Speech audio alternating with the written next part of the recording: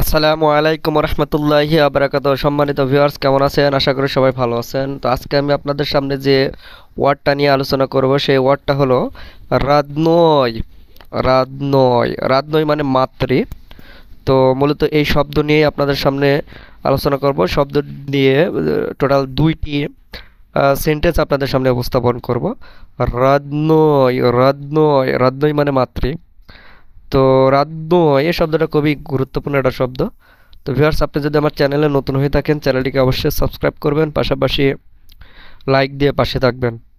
আর আপনাদের যদি রাশিয়ান ভাষা শিক্ষার বই প্রয়োজন হয় অবশ্যই আমার ফেসবুক পেজে নক দিবেন।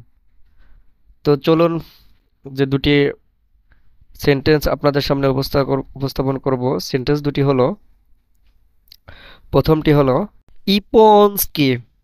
ইপনস্কি ইপনস্কি মানে জাপানি। ইপনস্কি মানে জাপানি। তো এখানে ইপনস্কি ইপনস্কি মানে জাপানি। এই ইপনস্কি শব্দটাও কিন্তু অ্যাডজেক্টিভ। ইপনস্কি শব্দটাও কি? অ্যাডজেক্টিভ, মনে রাখবেন। রাদনই এই শব্দটা যেমন অ্যাডজেক্টিভ, ইপনস্কি এই শব্দটাও অ্যাডজেক্টিভ। তো রাদনই মানে মাতৃ। ইপনস্কি মই ইপনস্কি মই রাদনই ইজিক। ইপনস্কি মই রাদনই ইজিক। জাপানি আমার মাতৃভাষা। জাপানি আমার মাতৃভাষা। ইপনস্কি মই রাদনই ইজিক।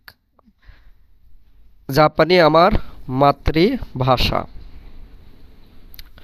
ভিউয়ার্স, আপনাদের যদি রাশিয়ান ভাষা শিক্ষার বইয়ের প্রয়োজন হয় আমার সাথে যোগাযোগ করবেন ফেসবুক পেজের মাধ্যমে। ফেসবুক পেজ ভিডিওর ডিসক্রিপশন বক্স এবং কমেন্ট সেকশনে ফেসবুক পেজের লিঙ্ক দেওয়া থাকবে। তো রাদনই দিয়ে আরেকটি সেন্টেন্স, সেটা হলো বিনগালি। বিনগালি মই রাদনই ইজিক। এর আগের বার ছিল ইপনস্কি মানে জাপানি। বিনগালি মানে বাঙালি বা বাংলা।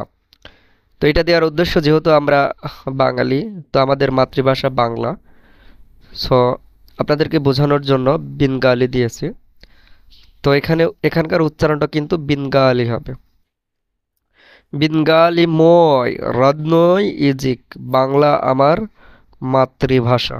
এখানে বিনগালি এর জায়গায় অন্য যে কোনো দেশের নাম বসিয়ে দিলেই কিন্তু সেই দেশের মাতৃভাষা বোঝা যাবে।